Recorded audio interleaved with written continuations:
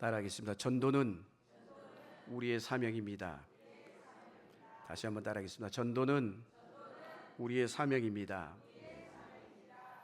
지난 시간에 제가 전도는 하나님의 소원이고 하나님의 가장 큰 축복이다라고 제가 말씀을 드렸어요, 여러분.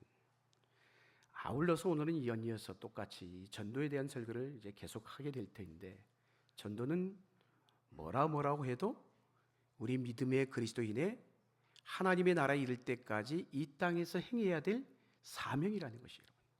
근데 이 사명을 이룸에 있어서 여러분, 우리의 주변에 전도하기가 쉽습니까? 어렵습니까? 매우 어렵죠. 왜 어려울까? 어려운 그 현실을, 그 상황을 우리가 제대로 파악해야 되는 것이에요. 그리고 고민해야 돼요. 우리가 목회자인 저도 고민해야 되고 여러분도 고민해야 되는 부분이에요. 그래서 좀 더 그걸 알아야 우리가 처한 전도의 현실의 문제점이 뭘까? 그걸 정확히 알고, 그래서 우리가 좀 더 그래야만이 전략을 세우고 기획을 세우고 교회 안에서 그것들을 또 우리 개인적으로도 실천해 갈 수 있다라는 것이죠. 저는 크게 두 가지로 말씀을 드리려고 합니다. 첫 번째는 이 시대적인 상황의 변화를 우리가 알아야 돼요.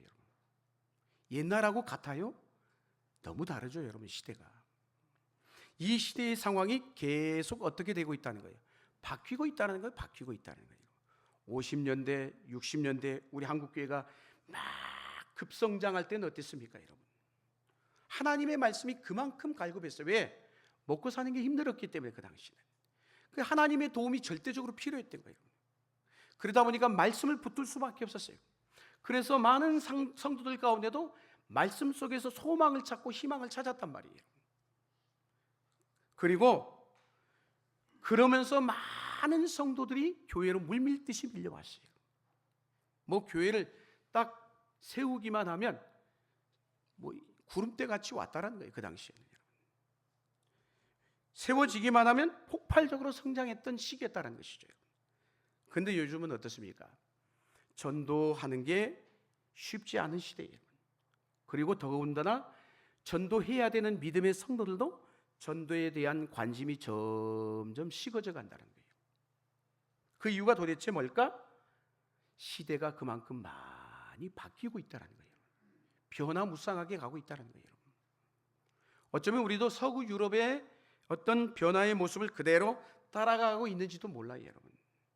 그래서 오늘 이런 부분에서 우리가 해답을 찾고 고민해야 되지 않느냐라는 것이죠. 우리가 아프면 병원에 가서 어디가 아픈지 검사하고 진단을 해야 정확하게 그 질병에 대한 처방을 내릴 수 있는 것처럼 우리도 무엇이 문제일까? 그 문제점을 우리가 다시 한번 찾아보고 우리가 고민하면서 어떻게 이 시대에 맞는 전도와 전략을 가지고 갈 것인가? 우리가 함께 말씀을 통해 나누는 것입니다, 여러분. 자, 그게 세 가지로 이 시대의 변화에 대해서 얘기할 수가 있어요. 첫 번째는 사이버 세계로 지금 계속해서 바뀌고 가고 있어요. AI가 지금 4차 산업혁명에 의해서 계속 아마 우리 이 미래에는 이 우리의 주변의 삶에 많은 것들이 AI로 다 장착될 것입니다, 여러분. 그래서 그 말은 뭘까요? 옛날에는 사이버 하면 가상 공간이다라고 했어요, 여러분. 우리가 있는 이런 장소가 아니죠. 가상 공간이에요. 근데 그렇게 옛날에 얘기했던 가상 공간이 지금은 뭐예요? 현실 공간으로 돼버린 거예요. 그냥 말로만, 생각으로만, 상상으로만 이루어졌던, 말했던 것들이 이제는 현실 공간으로. 그러니까 가상 공간과 현실 공간이 구분이 없어질 만큼 변화가 된 것이에요. 친구의 개념도 달라지고 있죠, 우리가. 옛날 같으면 친구들을 교회에서 모여서 뭐 쎄쎄쎄 하고 뭐 이야기도 하고 나누기도 하고 교제도 하고 그랬다라고 한다면 지금은 어때요? 교제라는 게 사이버 공간에서 이루어지고 있다는 거예요. 그래서 굳이 교회 나와라 해서 교회 나온 것보다는 어때요? 대부분 코로나가 오고 난 이후에는 점점 더 사람들이 어때요?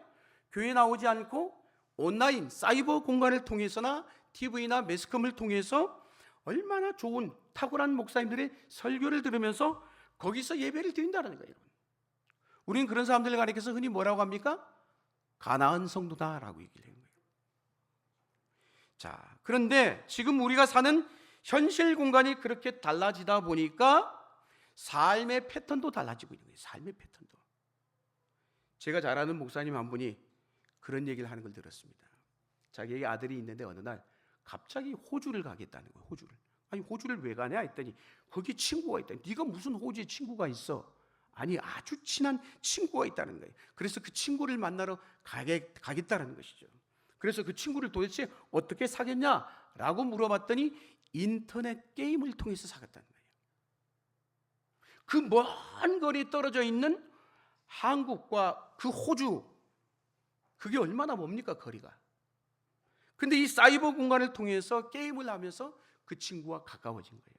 그래서 마침 알바도 해가지고 돈도 만들었고 시간도 휴가도 일부러 내가지고 그래가지고 그 친구를 만나러 가겠다는 거예요, 여러분. 그 얘기를 들으면서 이 목사님이 야, 우리 시대하고 다르구나. 지금은 이처럼 사이버를 통해서 멀리 있는 사람이 나하고 가까운 친구가 될 수도 있구나. 그런 걸 깨닫게 되는 거예요, 여러분. 요즘 여러분 핫 이슈로 떠오르는 것 중에 하나가 뭐냐면은 아마존에 인공지능 비서가 있어요. 그걸 알렉사라고 합니다, 여러분. 한마디로 스마트 스피커예요, 스피커. 스피커가 다 옆에서 얘기를 해주는 거예요. 비서 노릇을 하는 거예요, 여러분. 그런데 여기 인공지능이 탑재가 되어 있는 것이에요, 여러분. 예전에 우리가 잘 알고 있는 알파고 아시죠? 알파고.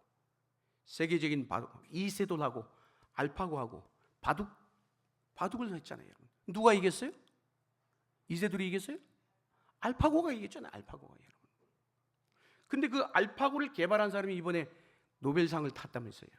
우리나라에서 또 노벨상 타기가 하늘의 별 따기인데 이번에 노벨 문학상도 받았습니다만은 그 AI 알파고를 개발한 사람이 노벨상까지 받았어요, 여러분. 옛날에는 컴퓨터가 나왔다라고 하면은 그래도 그 컴퓨터는 인간의 통제 아래에 있었단 말이에요. 그런데 이제는 인간의 통제를 벗어나서 우리 인간보다 더 뛰어나게 스스로 사고하는 기계가 만들어졌다는 것이에요. 좋은 걸까요? 좋기만 한 게 아니에요. 이게 이제 아주 무서운 시대로 지금 도래하고 있는 것이에요. 앞으로 어떤 사태가 벌어질지 모르는 환경을 어쩌면 우리가 맞이하고 있는 것이에요. 그런데 문제는 뭘까요? 이런 과학 문명이 발달하고 발전하다 보면은 인간들의 마음속에 뭐가? 종교에 대한 사모함이 사라지게 돼 있어요. 종교를 터부시하게 돼 있다는 거예요, 여러분. 그런 경향들이 과학에 의지하다 보니까 점점 멀어지는 거예요, 여러분. 종교하고는. 즉 과학이 발전하고 있는데 뭐예요? 종교 생활한다는 그건 어리석은 사람이나 하는 거야. 그렇게 여겨진다는 것이에요. 그래서 상대적으로 교회 나오세요 라고 얘기하면 지금 시대가 어떤 시대인데 그런 얘기를 하냐라고 우리에게 전도를 할 때마다 그런 거절감을 받아야 되는 상황이 우리 가운데 도래해 있다는 것이에요. 자, 또 하나의 변화가 있는데 뭘까? 가치관의 변화예요. 사람들이 가치관이 옛날하고 지금하고 같아요? 다르단 말이에요, 여러분. 똑같지가 않아요, 여러분. 지금 우리 시대를 포스트 모더니즘의 시대다 이렇게 얘기를 합니다, 여러분. 무슨 얘기일까요? 포스트 모더니즘의 시대. 우리 시대는 뭐예요? 우리 기성세대는 모더니즘의 시대에 있어요. 모더니즘의 시대는 어떤 것을 강조했던 시대입니까? 진리가 강조되던 시대예요. 논리가 있었던 시대예요, 여러분. 무슨 얘기일까요? 무엇을 얘기하면은 이것은 옳다, 틀렸다, 맞다, 그르다 분명한 확연한 구분점이 있었어요, 여러분. 그래서 흔히 엄마들이, 부모들이 아이에게 너 그렇게 하면 안 되지, 그건 틀렸어, 그렇게 하는 게 아니야, 그렇게 얘기하면 지금 이 시대 포스트 모더니즘의 시대인 우리 자녀들은 뭐라고 할까요? 엄마 그건 틀린 게 아니야, 다른 것이지. 이게 포스트 모더니즘의 시대의 가치관이라는 것이에요. 옛날에는 논리가 통했어요, 여러분. 진리라는 게 있었어요. 절대 진리라는 게 있었어요. 즉 옳고 그름이 있었단 말이에요, 여러분. 그래서 논리적으로 이것이 맞냐 안 맞냐, 합당하냐 합당하지 않느냐, 그걸 중요하게 생각했다는 것이에요. 그러나 이제는 논리보다 중요한 게 뭐예요? 오늘의 이 시대 우리의 자녀된 다음 세대는 뭘 중요시하느냐? 감성을 중요하게 생각해요. 느낌을 중요하게 생각한다는 거예요. 그래서 진리보다 자기 주장이 강한 시대가 된 거예요. 다 자기 주장이 강해요, 여러분. 그러니까 절대 진리라고 하는 것, 절대 진리가 뭐예요? 변하지 않는 게 절대 진리잖아요. 그래서 절대라고 하는 것을 얘기하면은 지금의 우리의 아이들은, 우리의 자녀들은, 젊은이들은 아니야, 그건 틀린 게 아니라 상대적인 거야. 너는 틀렸다라고 생각하지만 상대적인 거라고 얘기하는 거예요. 그래서 네가 생각하는 것, 네 주장을 꼭 옳다라고 얘기하지 말아라. 요즘 젊은 친구들에게는 그런 얘기가 통하지 않는다는 거예요, 여러분. 그건 어머니, 부모님의 세대의 생각이지 자기 생각은 다르다라는 거예요, 여러분. 절대 진리를 얘기해 보세요. 우리 아이들이 뭐라고 하는지. 왜 그렇게 엄마 아빠는 편협합니까? 옹졸합니까? 그런 얘기를 들을 수밖에 없다는 거예요, 여러분. 그래서 우리는 잘했다, 잘못했다. 분명히 우리는 그랬단 말이에요, 여러분. 그런데 요즘 젊은이들은 뭐라고 하냐면 잘못한 게 아니라 뭐라고요? 다른 것이야. 이렇게 얘기하는 거예요. 다름이라고 하는 게 이 시대를 지배하는 메타 언어가 돼버린 거예요. 이 시대를 지배하는. 이 시대를 지배하는 단어들이 그걸 가리켜서 뭐라고 하냐? 메타 언어라고 얘기하는 거예요. 뭐 사랑이라든지 인권이라든지. 요즘 인권 얘기 얼마나 많이 합니까? 우리 모더니즘의 시대에 살아갈 때의 메타 언어는 다른 게 아니었어요. 옳고 그름, 진리, 논리가 분명했다는 거예요. 그렇게 하면 안 돼.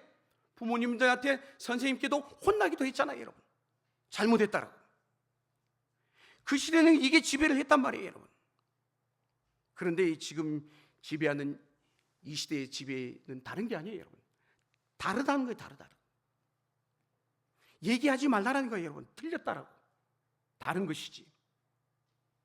그러니까 여러분, 옳고 그름이 사라져버리고 있어요. 요즘 이 시대를 보면 뭐 간통제도 폐지되고 동성애니 뭐 이런 문제도 지금의 세대들에게 얘기를 해보세요. 뭐라고 얘기할까요? 잘못된 게 아니라고 얘기를 합니다. 다른 것이다라고 얘기해요. 다를 뿐이다라고 얘기를 하는 거예요. 이렇게 얘기하고 있는 젊은 세대들을 우리 주변에서 이제는 흔하게 볼 수 있는 거예요. 이런 시대 가운데서 우리 믿음의 성도들의 고민이 뭐냐? 예수 그리스도가 뭐예요? 절대 진리잖아요. 절대 진리를 저들에게 전한다는 게 쉽겠어요? 그러니 어려울 수밖에 여러분. 절대 진리 되신 예수님을 부인하고 있는 이 시대 가운데 우리가 어떻게 하면 저들에게 이 예수 그리스도라는 진리를 소개할 것인가? 이게 우리의 고민인 것이에요, 여러분. 교회를 다녀야만, 예수를 믿어야만 구원받습니다. 예수 믿어야지만 분명하게 구원이 있습니다. 이렇게 전하면 뭐라고 얘기해요? 기독교는 편협하다고 얘기하는 거예요. 그만큼 이처럼 달라진 가치관 속에서 어떻게 하면 진리 대신 예수님을 전할 수 있겠는가? 이게 오늘 이 시대에 우리 교회의 과제인 것이에요. 우리 성도들의 과제란 말이에요. 그러다 보니까 이 포스트 모더니즘의 시대는 또 뭐가 달라져야 되느냐? 달라지고 있느냐? 교과서가 달라지고 있어요. 교과서가. 아이들이, 여러분 자녀들이 학교에 가서 배우는 교과서가 달라지고 있다는 거예요. 여러분, 지금 어떻게 보면 제일 문제가 이 교과서의 변화인 것이에요.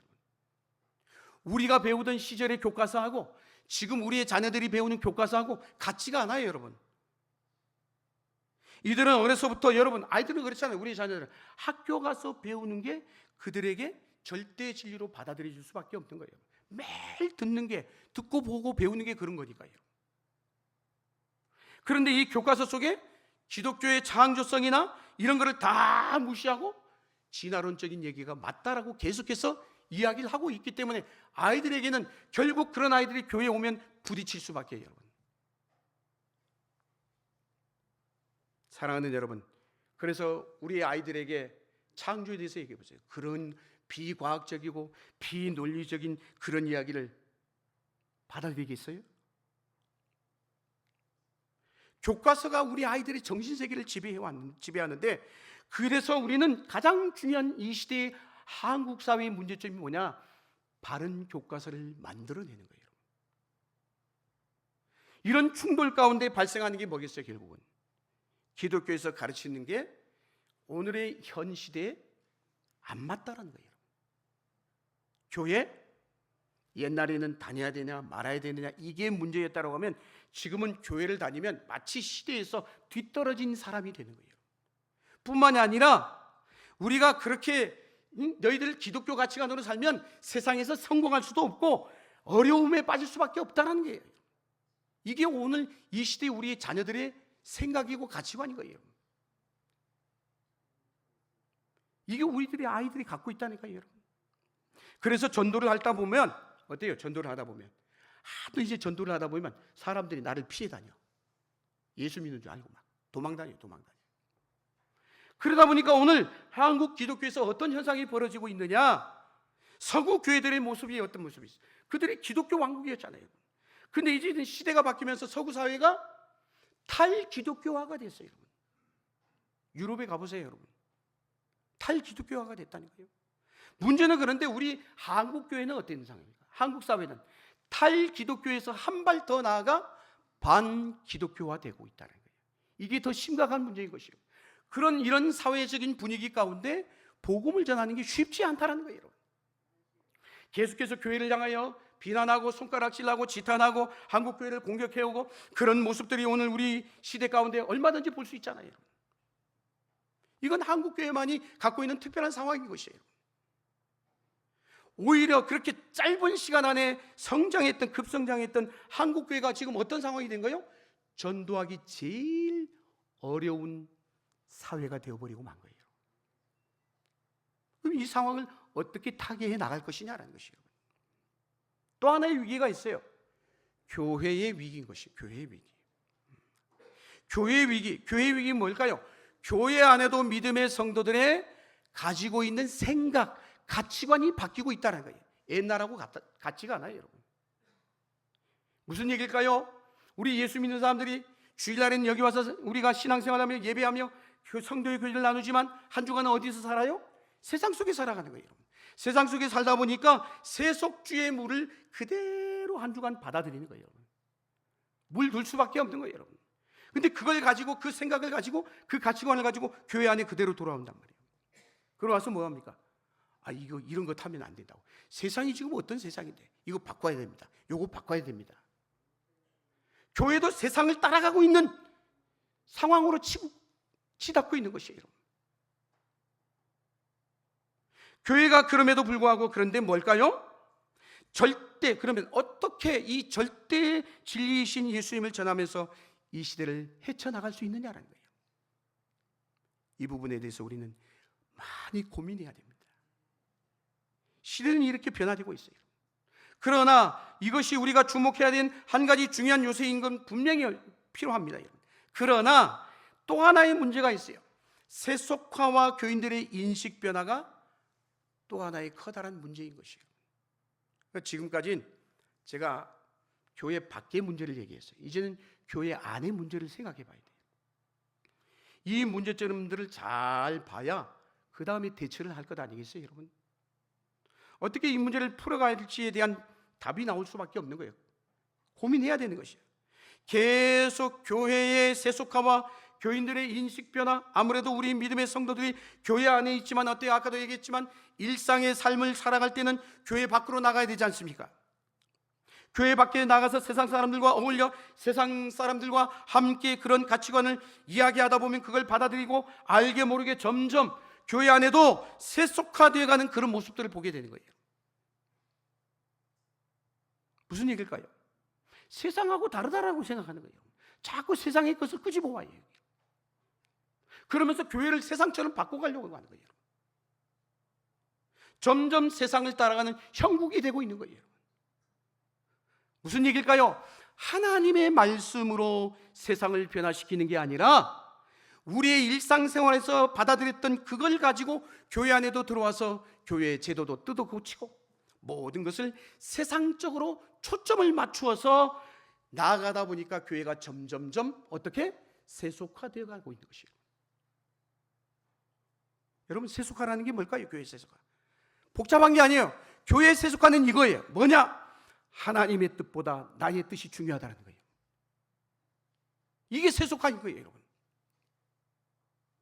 그래서 내가 오늘 본문의 사도 바울처럼 우리는 그럼에도 불구하고 어떻게 해야 된다는 거예요?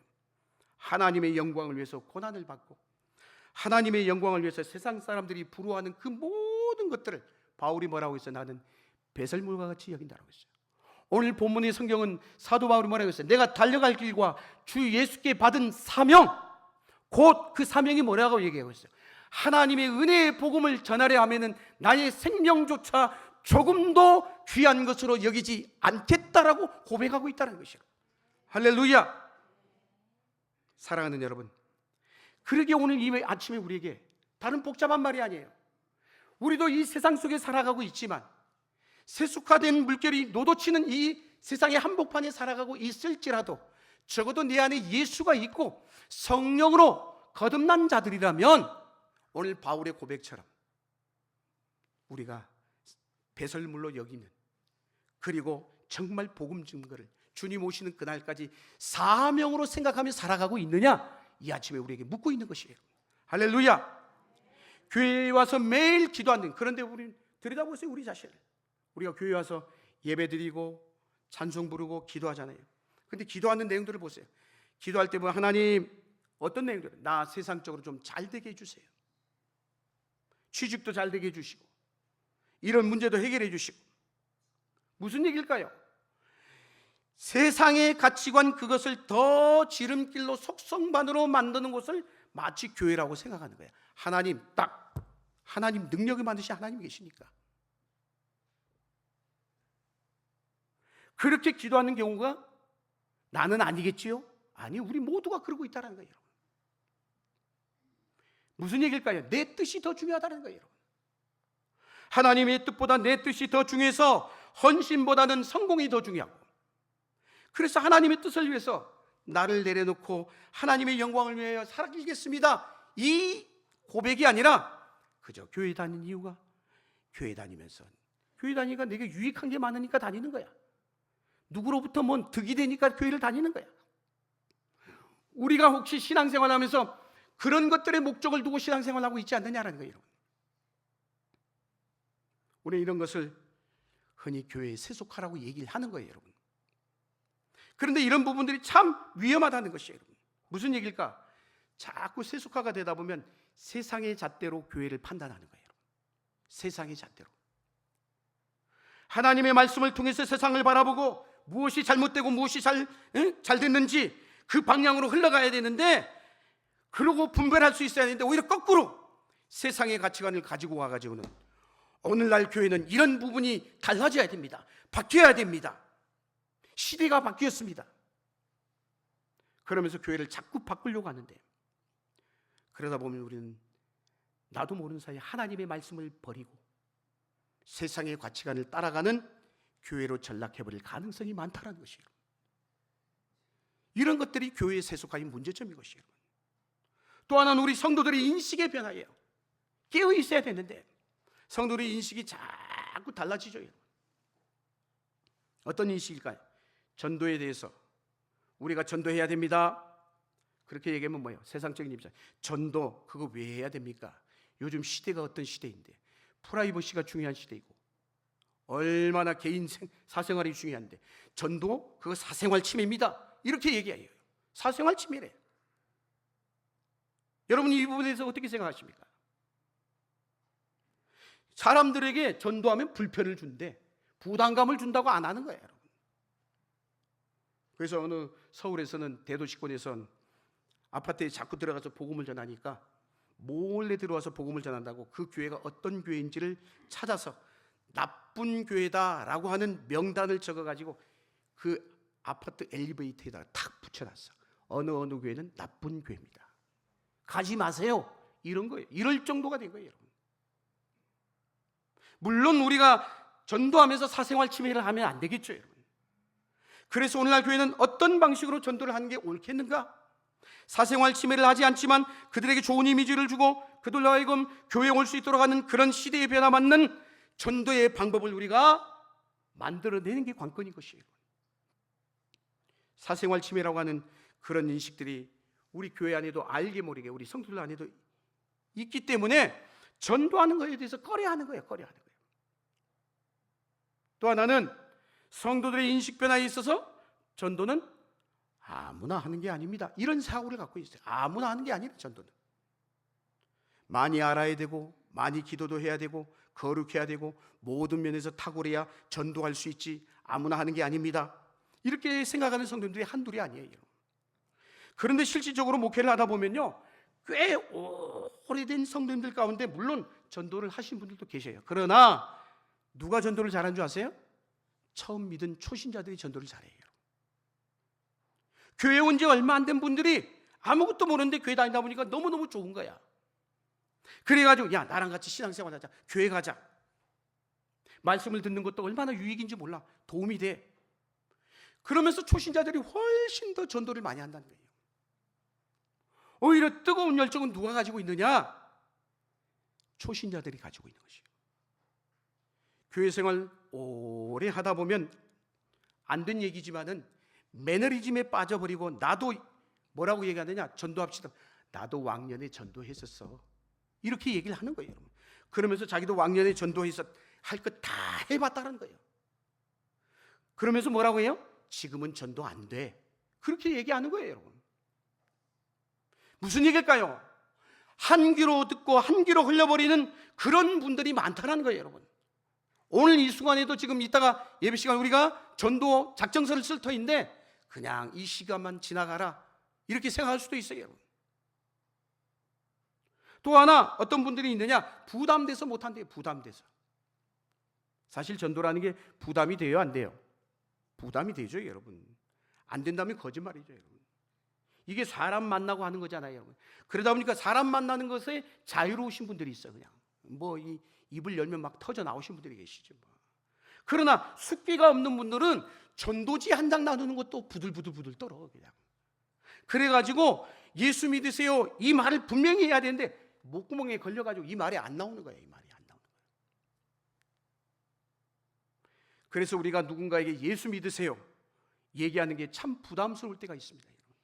그런데 그럼에도 불구하고 따라합시다. 그럼에도 불구하고 전도는 우리의 사명입니다. 사명이기 때문에 해야 되는 것이에요. 할렐루야. 또 어떤 분들은 그런 경우가 있어요. 목사님, 저 전도는 진짜 자신이 없어요. 그냥 헌금이나 봉사로 대신하면 안 되겠습니까? 그런 분들이 계셔요. 교회 열심히 봉사하고 헌신하는 것 중요하죠. 그렇지만 그것보다 훨씬 더 중요한 게 뭐예요? 죽어가는 생명을, 한 생명을 지옥에서 천국으로 건져내는 게 훨씬 더 중요한 거예요. 할렐루야. 예수 전하는 것보다 더 중요한 게 없다는 거예요, 여러분. 우리 주님이 어떻게 했어요? 그 한 영혼 살리기 위해서 십자가를 지셨잖아요. 그 한 영혼 살리기 위해서 십자가를 지시고 죽으셨 뿐만 아니라 이 땅에 오셨잖아요, 여러분. 뭐하러? 한 생명 살리기 위해서. 할렐루야. 그만큼 영혼을 사랑하는 우리 주님의 모습을 성경에서 보잖아요, 여러분. 성경에서 주님이 뭐라고 했어요? 한 영혼은 온 천하를 얻고도 그것보다 훨씬 더 귀한 것이라고 했어요. 한 영혼이 구원받지 못하면 온 천하를 얻은들 무슨 소용이 있겠느냐? 주의 말씀이잖아요, 여러분. 그 얘기가 뭘까요? 한 영혼이 온 천하보다도 귀하다는 얘기 아니겠습니까? 그래서 만약에 저는 목사님 전도도 잘 못하니까 그냥 헌금으로 봉사로 대신할게요. 그럼 얼마를 헌금할 겁니까? 얼마를 헌금해야 될까요? 물어봅니다. 얼마를 헌금해야 되겠어요? 제가 앞에서 이미 답을 드렸어요, 여러분. 얼마를? 온 천하. 온 천하예요. 온 천하를 얻고도 한 영혼을 못 얻으면 아무 소용이 없다라니까요, 여러분. 그만큼 전도에 상응하는 값이 어마어마한 거예요, 여러분. 그래서 세상에 그 무엇으로도 전도를 대신할 수 없음을 믿으시길 축원합니다. 그리고 가장 큰 문제는 우리가 전도 안 하는 가장 큰 문제가 있습니다. 머릿속에 박혀있는 가장 큰 문제가 뭐냐면 에이 뭐 전도 안 해도 우리가 믿음으로 구원받으니까 내가 전도해서 뭐 굳이 하나님 나라 가서 나는 그냥 구원받고 그냥 천국에 들어가도 만족해. 상급 기대하지도 않아. 나 혼자 잘 믿고 잘 살다가 내가 천국 갈 거야. 나 혼자만 예수 잘 믿으면 되지 않느냐? 그렇게 생각하는 분들이 계셔요, 여러분. 굳이 내가 뭐 부담되고 남에게 피해까지 줘가면서 그러면서 전도를 할 필요가 없다고 생각하는 거예요. 이런 것들이 문제인 거예요. 그러나 이게 얼마나 무서운 생각인지 여러분 아셔야 됩니다. 이런 생각들 때문에 성도들이 전도를 안 하려고 해요. 안 하려고. 그런데 전도하지 않게 되면 나중에 어떻게 될까요?